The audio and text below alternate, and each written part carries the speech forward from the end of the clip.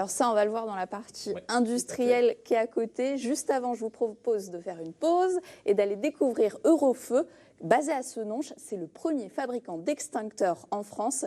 Regardez ce reportage réalisé avec Pierre-Dominique Lepay et Laurence Vaury. En tenue de sécurité, Aziz Mesli met volontairement le feu à ses bassins remplis d'hydrocarbures. Il teste 2 extincteurs fabriqués chez Eurofeu. Et l'un est plus efficace que l'autre, car tous les appareils ne contiennent pas les mêmes produits.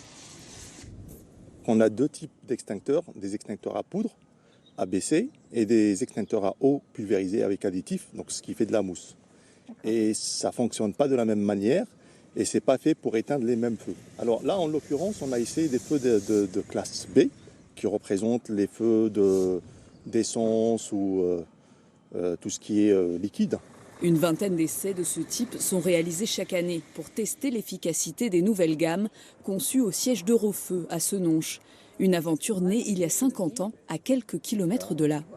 C'est Michel et Nicole Lawati, donc nos fondateurs, qui ont créé Eurofeu dans leur garage. Et puis au début, ils ont commencé par vendre des extincteurs qu'ils achetaient chez des fabricants. Jusqu'en 1980, date à laquelle ils se sont lancés dans la fabrication d'extincteurs. Aujourd'hui, Eurofeu est le leader français du secteur. Sur le million d'extincteurs fabriqués chaque année par l'entreprise, 700 000 le sont ici, à Senonches. Chaque réservoir en acier est mis en forme et soudé, puis il est peint en rouge, immatriculé et rempli avec ce qu'on appelle les agents extincteurs, c'est-à-dire les produits nécessaires pour éteindre un feu. Nous programmons les recettes en fonction des commandes des clients. Donc on a 2 buses.